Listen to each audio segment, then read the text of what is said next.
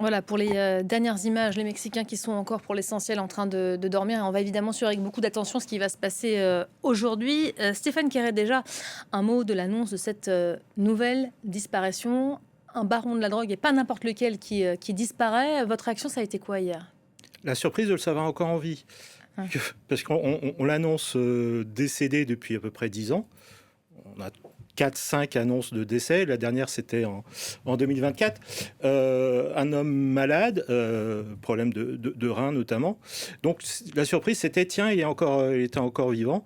Alors, on le présentait comme décédé, enterré par ces hommes ou discrètement par les autorités mexicaines pour éviter ce qu'on vient de voir, c'était une vague de violence. Mais non, il était toujours vivant. Donc ça, c'était la surprise de l'annonce. Ça fait partie du mythe qui entoure les barons de la drogue mexicaine. Parfois, on ne sait même pas s'ils sont encore en vie et ça les arrange d'ailleurs. Hein. C'est ça, on l'avait surnommé le fantasma, le fantôme, parce que en effet, on le voyait plus. Ce qui, à la fois, entretient, alors est-ce qu'il est toujours vivant, oui, non, et puis ça entretient le mythe, en effet, il est toujours là, il est parmi nous, il rôde, bref, c'est un fantôme, donc on exagère aussi sa puissance par son absence de visibilité. On le décrit comme quelqu'un d'extrêmement brutal et tout aussi discret. Ça fait partie du personnage d'entretenir cette grande discrétion à l'inverse d'autres barons de la drogue comme El Chapo qui était très médiatisé. Alors, plus médiatisé, oui, plus volubile, plusieurs mariages. Enfin, il était peu discret, El Chapo, ce qui fait qu'il a été arrêté et envoyé aux États-Unis et condamné à la perpétuité, plus 30 ans de prison. El Mencho, oui, est plus discret, brutal, en tout cas violent quand il le faut. Il est très stratégique, surtout. Et puis, il a une longue carrière criminelle derrière lui. C'est un enfant de paysans pauvres qui a petit à petit monté les marches du crime, qui a fait un petit séjour aux États-Unis du côté de San Francisco, où il s'est musclé avant de revenir au Mexique, où là il est devenu, comme tout criminel ayant passé par les États-Unis, policier au Mexique, et il a commencé à se lancer dans de vraies activités à long terme, dans le trafic de stupéfiants notamment. C'est intéressant ce que vous dites, le passage obligé entre guillemets par la police mexicaine. Ça, c'est un fait? Non, c'est exagéré. Mais c'est un clin d'œil que vous faites entre les liens entre les cartels et les autorités c'est un clin d'œil, bien locales. sûr. Il y a un gros problème, évidemment, de corruption au Mexique. Les forces de police locales sont très vérolées. Les forces de police, parce qu'on a plusieurs niveaux d'État, sont aussi très, très vérolées. Voilà, donc ça va assez loin. Et l'argent des cartels fait que c'est assez facile de succomber. Surtout qu'en face, on a des menaces de mort assez claires, avec des démonstrations assez claires de violence, des personnes pendues au pont, sur les autoroutes, des corps décapités en direct sur les réseaux sociaux, et des messages qui sont affichés là aussi sur les ponts d'autoroute ou sur la voie publique, en incitant les policiers ou les militaires à venez, on est accueillant, vous pouvez gagner plus d'argent chez nous. Et d'ailleurs, ça s'est passé, il y a eu un certain nombre de personnes expertes en armement tactique qui sont passées du côté des cartels. Qu'est-ce qu'il représentait donc avant sa disparition il y a quelques heures? Qu'est-ce que son groupe représentait? On disait l'un des plus puissants barons de la drogue, ou si ce n'est le plus puissant, parce que peut-être l'un des derniers encore Alors, en activité aujourd'hui. faut se méfier du terme dernier parrain, dernier caïd, parce que ça arrive toujours avant le prochain. Donc, on vaut mieux éviter. Je pense qu'on l'avait déjà, on avait déjà employé ce terme pour l'arrestation d'El Chapo. Donc, on va éviter le dernier parrain. Il y en aura d'autres, hélas. Ce qui représentait, oui, son cartel, le cartel Jalisco Nouvelle Génération, c'était le plus puissant, considéré comme un cartel transnational. Il y a d'autres cartels qui existent, évidemment, au Mexique. Il y a deux cartels transnationaux. Il y a le cartel Nouvelle Génération et le cartel de Jalisco d'El Chapo Guzman. Donc, ils sont à un niveau très important, au niveau de violence aussi très important, avec des connexions internationales. Donc, ils contrôlent une grosse partie du trafic de stupéfiants et d'autres activités, le racket notamment sur la production d'avocats, sur la production de citron vert, le vol, détournement de pétrole, on rackette les vendeurs de maïs dans la rue, on rackette toutes les activités économiques, il y a le trafic de migrants. Donc tout ça rapporte beaucoup, beaucoup d'argent. Le transit de cocaïne qui vient de Colombie notamment, et puis la production de drogue qui pose un gros problème aux États-Unis, la méthamphétamine et puis le fentanyl, ce qui a poussé d'ailleurs les Américains à se fâcher. Mmh. Est-ce qu'on en sait un peu plus sur les détails de cette opération? On dit l'armée mexicaine qui est intervenue avec l'appui du renseignement américain. Est-ce qu'on sait à quel point les Américains ont pesé dans cette intervention? C'est souvent le cas. Les Américains fournissent alors un entraînement militaire pour l'armée et plus précisément pour la marine, qui est considérée comme moins corrompue. En attendant les futurs cas de corruption. Mais les États-Unis ont investi dans l'armée, dans la marine mexicaine, pardon, et les grosses opérations anti-cartel, anti-narcos ont été menées la plupart du temps par la marine.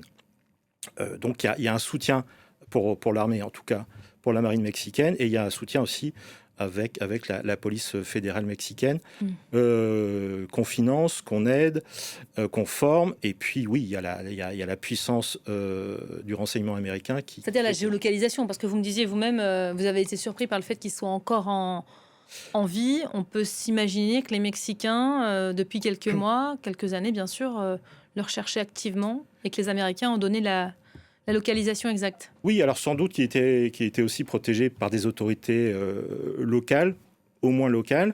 Et puis on apprend des erreurs des autres, donc on sait comment les services de police et de renseignement américains fonctionnent. Donc on est plus prudent, on utilise moins le téléphone portable, on n'utilise pas les cryptophones, parce qu'on sait que un téléphone crypté... officiellement indéchiffrable et déchiffrable. Donc on est plus prudent et on utilise des hommes de confiance, un peu à la manière des Siciliens qui n'utilisaient pas les moyens de communication modernes, mais utilisaient des réseaux de facteurs pour transmettre les ordres, etc. Et puis on compte sur le clan. Lui, il avait un clan puissant du côté de sa belle famille. Donc je pense qu'il s'appuyait d'abord avant tout sur eux plus que le... Vous parlez des Siciliens, la mafia sicilienne sur laquelle vous avez écrit, la 'Ndrangheta notamment. Vous faites le parallèle dans le fonctionnement de l'organisation aujourd'hui? Non, pas du tout. 'Ndrangheta, c'est une vraie mafia hiérarchisée avec des grades. Le cartel, comme son nom l'indique, c'est un cartel, c'est-à-dire c'est un rassemblement de trafiquants qui obéissent à la même bannière. C'est plus une bannière. Les narcos mexicains sont plutôt autonomes, ont des cellules autonomes qui gèrent ce qu'on appelle les plazas, les places. Donc ça peut être un corridor de transit, ça peut être une ville, ça peut être un port, ça peut être un point de contact à la frontière. Donc on a ces chefs de cellules qui obéissent, qui ont fait allégeance à ce cartel-là, en échange de quoi ils ont un armement, des hommes, mais ils utilisent après la bannière du cartel en question. Et ils agissent aussi, on imagine, sous cette autorité-là. Oui, et surtout avec le cartel, le CJNG, cartel Jalisco Nouvelle Génération, qui a mis en place un système d'uniformes, d'écussons, de véhicules siglés. Donc ils ont mis en place une espèce d'officialisation d'une armée parallèle.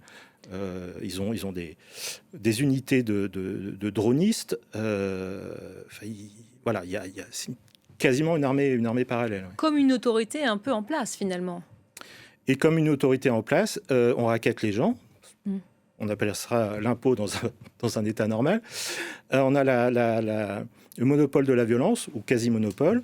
Et puis aussi, on a quand même des bonnes actions, des actions caritatives lors de la fête des mères, lors du Covid, très, très, très dur au Mexique, avec beaucoup de gens pauvres, avec une administration ou des autorités qui peuvent être absentes, un manque d'État, clairement. Donc, il y a eu des distributions de vivres pendant le Covid, il y a des cadeaux pour la fête des mères, très important au Mexique. Ils ont a priori créé un hôpital pour leurs hommes, hein, pour les hommes blessés, etc., mais aussi quand même pour la population. Donc il y a ce côté aussi bienfaiteur qui existe. Et ça fonctionne auprès des populations mexicaines. On se sent redevable. On tient à ce système peut-être en place aussi. Alors on est entre le... On est surtout au niveau de la peur. Je vous parlais de corps décapités, de corps disparus aussi, des personnes qui sont disparues, on ne sait pas où elles sont, donc ça crée de la terreur. Les corps décapités, les corps pendus, démembrés. 451 morts recensés au Mexique depuis 2006, 100 000 disparus. Hein. Également des violences liées évidemment au cartel, pas uniquement ce groupe-là, mais les cartels en général. Alors c'est considérable. Hein. On estime qu'ils sont liés à environ 15 000 morts par an. Donc, il y a un grand sentiment de terreur. Et puis, à côté de ça, l'État étant absent, on est bien content d'avoir un four à micro-ondes, une télévision, un frigo pour la fête des mères, et des vivres pendant le Covid, alors que l'économie ne tournait pas. Les gens se sentaient abandonnés. Donc, on se tourne vers celui qui vous nourrit. Et là, c'était le cartel.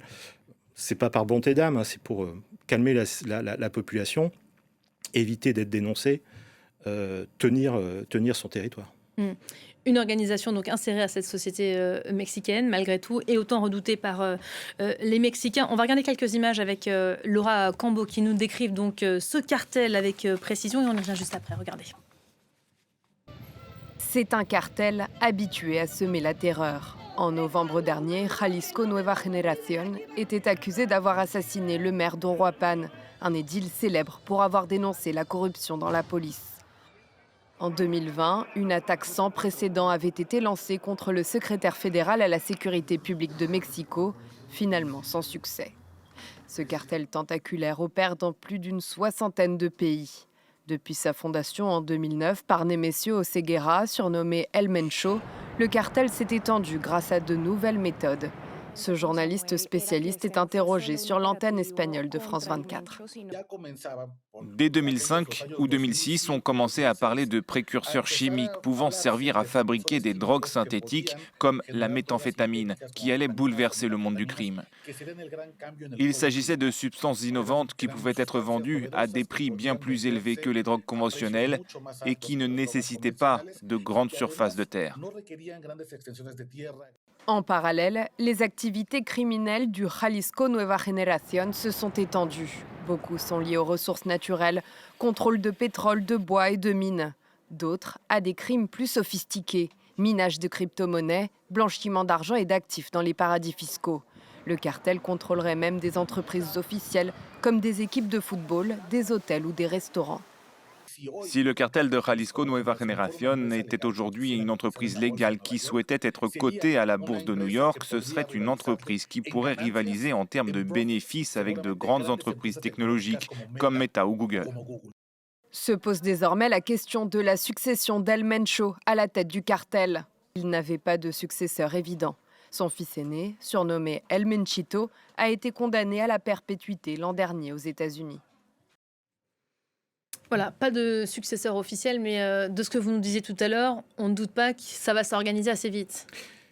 Il se repose sur une belle famille, riches agriculteurs à l'origine qui ont versé dans les stupéfiants. C'est une famille qui compte beaucoup, surtout au niveau de blanchiment, qui est évidemment une activité stratégique. C'est une famille, Los Valencia, c'est 16 frères et sœurs, on a les appels les Cuinis. Cuinis, c'est un petit écureuil du Mexique qui sont connus pour sa reproductivité, voilà, pour l'explication de Cuinis. Et donc il y a ses beaux-frères et belles-sœurs. Sa femme doit être la veuve d'El Mencho doit être incarcérée pour blanchiment de mémoire. Donc eux, ils tiennent les finances du groupe. Est-ce qu'ils vont être suffisants pour tenir l'opérationnel, c'est-à-dire l'armée? C'est difficile à dire, mais Los Valencia a aussi de bons contacts avec les Chinois pour l'importation de produits précurseurs qui viennent de Chine et d'Inde pour la fabrication des drogues de synthèse, méthamphétamine et fentanyl. Comment ça se passe quand le chef d'un cartel comme celui-ci, on évoquait El Chapo tout à l'heure, quand il est tué ou incarcéré aux États-Unis, la succession, il y a quelqu'un qui prend le relais? Alors pour El Chapo, on avait un de ses associés qui a repris le flambeau, qui a été... alors c'est difficile à dire s'il a été arrêté, capturé, si on l'a enlevé du Mexique. Bref, il a été arrêté quand il s'est posé aux États-Unis. Donc lui, il est à nouveau en prison. Et après, le problème, c'est l'éclatement. La parcellisation de ce qui reste. S'il n'y a pas de personnes, de successeurs qui maintiennent tout ça en place, c'est le problème de la parcellisation des cartels. C'est ce qu'on a vu également en Colombie. Et parcellisation dit plus de concurrence, donc plus de violence. Ce qui se passe actuellement au Mexique, c'est un coup de fièvre. Et je pense que ça va se calmer rapidement. Là, vous parlez des violences, notamment de tous ces barrages qui ont été instaurés sur les routes. D'ailleurs, 90% d'entre eux ont été levés, a priori, selon les autorités mexicaines. Oui, c'était, je pense, un coup de fièvre en disant on ne tue pas notre chef comme ça, premièrement, et deuxièmement, une démonstration de force en disant on est là et on peut mobiliser. Donc, parcellisation, chaque cellule autonome va vouloir prendre son indépendance. Donc, on risque d'avoir à nouveau une augmentation des violences au Mexique, alors que c'est déjà pas un pays très calme. Je vous posais la question parce que la réaction américaine, dans la foulée de l'annonce de cette disparition, ça a été ceci. C'est Christopher Landau, sous-secrétaire d'État américain, qui a salué, je le cite, une grande victoire pour le Mexique, pour les États-Unis, pour l'Amérique latine et même carrément pour le monde entier. C'est exagéré, selon vous? C'est un communiqué politique. Les États-Unis, surtout ces derniers mois, ont montré qu'ils voulaient se battre contre le narcotrafic. Ce sont les bombardements, les attaques aux missiles de bateaux transportant des stupéfiants venant du Venezuela notamment. Donc on est dans le symbole. Ils ont dit à peu près la même chose, je pense, je n'ai pas souvenir, lors de l'arrestation et la condamnation d'El Chapo. À chaque fois qu'on a un grand méchant, un grand Satan, les États-Unis sont très contents d'annoncer qu'ils sont en partie ou totalement responsables Mais pour quel résultat concret, vous qui étudiez les faits, la criminologie, les cartels, quand un chef comme ça est soit tué, soit interpellé, qu'est-ce qui se passe derrière? Est-ce que ça neutralise le trafic? Est-ce que ça le stoppe net ou pas? Absolument pas. Ce qui se passe, c'est peut-être une désorganisation temporaire, mais le cartel continue à vivre. Alors, il va peut-être changer de nom, il va peut-être s'éclater, etc. En tout cas, si le cartel n'existe plus, le trafic, lui, va se poursuivre. Taper, c'est-à-dire interpeller ou tuer des hauts dirigeants symboliques, c'est pas le plus important. Ce qu'il faut taper, ce sont les facilitateurs, les systèmes de blanchiment notamment, ou des importateurs de produits chimiques. C'est les logisticiens qu'il faut taper. Et là, on a une désorganisation de l'organisation dans ces cas-là. Mais le chef suprême, en plus, El Mencho, annoncé mort depuis 10 ans, très malade, il était sans doute plus très en forme pour commander et organiser son cartel. Donc ça va rien changer à l'importation de stupéfiants, quels qu'ils soient, cocaïne, fentanyl, méthamphétamine, héroïne ou herbe de cannabis du Mexique vers les États-Unis. Il y a quand même un accent qui est mis du côté de Washington, parce qu'on parle de l'action américaine, des pressions même américaines, parce que cette action elle a été rendue possible sous pression américaine aujourd'hui. Depuis qu'il est de retour à la Maison-Blanche, Trump a érigé en priorité la lutte contre le narcotrafic. 37 criminels mexicains réclamés par les États-Unis ont été remis aux autorités américaines, notamment, ça c'était le 20 janvier dernier. Il y a 7 avions, alors on n'a pas les images, on ne les a pas retrouvés, mais 7 avions de l'armée mexicaine qui ont atterri dans des villes américaines pour restituer ces responsables, ces chefs de cartel. Qu'est-ce que ça nous dit, ça finalement, des autorités mexicaines aujourd'hui qui sont un peu liées et contraintes de répondre à ce que réclame Trump? on est dans... Et c'est pas lié à Trump, c'est historiquement, on est dans l'arrière-cour des États-Unis. Ça a toujours été comme ça ? Ça a quasiment toujours été comme ça. La lutte contre les guérillas communistes ont été financées et entretenues par Washington. La guerre à la drogue a été financée et entretenue par Washington, que ce soit en Colombie ou au Mexique. Donc il y a une grosse pression médiatique, économique sur ces pays-là, et judiciaire aussi. On se rappelle du cartel de Medellín en Colombie, où les États-Unis ont fait pression, et pour enfin qu'on puisse extrader les trafiquants. C'est la même chose au Mexique. Mais c'est historique. En 85, on a un agent fédéral américain qui est enlevé et tué au Mexique, qui s'appelle Enrique Kiki Camarena, et on tue pas un agent fédéral comme ça. Donc il y a eu des opérations pour enlever, capturer, vous choisirez le vocabulaire, des personnes impliquées dans cet assassinat-là. On a été les chercher. Des inconnus ont été les chercher au Mexique pour les ramener du bon côté de la frontière, et ils ont pu ensuite être condamnés. Donc, Sauf qu'aujourd'hui, ce sont les autorités en place qui livrent directement ces responsables. Claudia Sheinbaum, notamment, elle est sous pression américaine, clairement, aujourd'hui. Tous les pays du monde sont sous pression américaine, que ce soit les droits de douane ou la lutte contre le narcotrafic. La chute de Maduro a montré qu'ils étaient capables d'aller chercher un président d'un pays, donc pourquoi pas intervenir sur le sol mexicain aussi. Donc oui, c'est la toute-puissance, des États-Unis, de l'ego de Trump derrière, qui a, en janvier 2025, sorti ce décret-là pour qualifier les cartels mexicains de organisations terroristes étrangères, ce qui permet une mobilisation militaire contre ces forces terroristes à l'étranger. Ce qui permet de bombarder les hors-bords et de jeter à la mer donc des centaines de kilos de cocaïne. Merci beaucoup Stéphane Quéré, merci d'avoir été l'invité de l'info du jour à l'heure où les Mexicains sont en train de se réveiller. On ira prendre le pouls un peu plus tard, voir comment se passe cette nouvelle journée. Restez à nos côtés, l'info se poursuit dans quelques instants avec le journal de Paris Direct. À tout de suite.